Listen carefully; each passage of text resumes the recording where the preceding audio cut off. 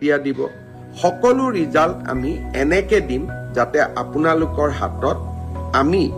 10 অক্টোবৰৰ দিনাখন আমাৰ নিযুক্তি পত্ৰ আমি হাতত তুলি দিব পাৰো বহুতে মোক সুধিছে যে এডিআৰিৰ নতুন এডভাৰটাইজ কেতিয়া হ'ব পুলিচৰ নতুন এডভাৰটাইজ কেতিয়া হ'ব মই আশা কৰো অক্টোবৰ মাহত নিযুক্তি পত্ৰ দিয়াৰ পিছতেই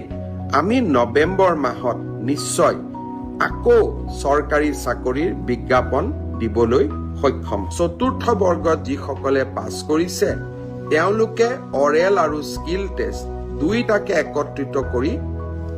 এটা মৌখিক পৰীক্ষাত তেওঁলোকে বহিবৰ প্ৰয়োজনীয়তা আছে আৰু আপোনালোকে সেই পৰীক্ষাত বহিব লাগিব মই আশা কৰো আমি জুলাই মাহৰ 15 তাৰিখৰ আগতে এই মৌখিক পৰীক্ষা বা স্কিল পৰীক্ষাৰ গোটেই পৰ্যায়টো শেষ কৰিম আৰু মই আগতে কৈ অহাৰ দৰে 10 অক্টোবৰৰ দিনাখন আমি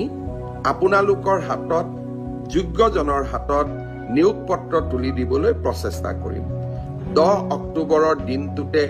আমি post graduate teacher graduate teacher LP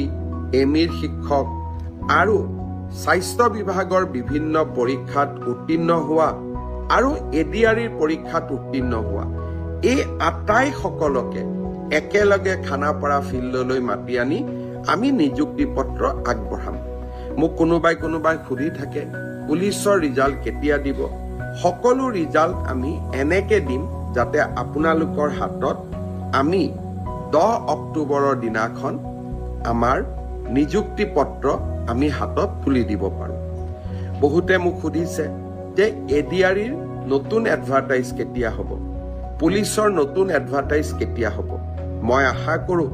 October মাহত নিযুক্তি পত্ৰ দিয়াৰ পিছতেই আমি নৱেম্বৰ মাহত নিশ্চয় আকৌ চৰকাৰী চাকৰিৰ বিজ্ঞাপন দিবলৈ সক্ষম হ'ম তৃতীয় থাৰ্ড গ্ৰেড অৰ্থাৎ তৃতীয় বৰ্গৰ বাবে যিসকল উত্তীৰ্ণ হৈছে তেওঁলোকে 3টা পৰীক্ষা দিব লাগিব যিসকলে ষ্টেনোগ্ৰাফাৰৰ পৰীক্ষা পাছ কৰিছে তেওঁলোকে ষ্টেনোগ্ৰাফাৰৰ স্কিল পৰীক্ষা দিব লাগিব যিসকলে ড্ৰাইভিং পাছ কৰিছে তেওঁলোকে ড্ৰাইভিঙৰ স্কিল পৰীক্ষা দিব লাগিব আৰু যিসকলে সাধাৰণ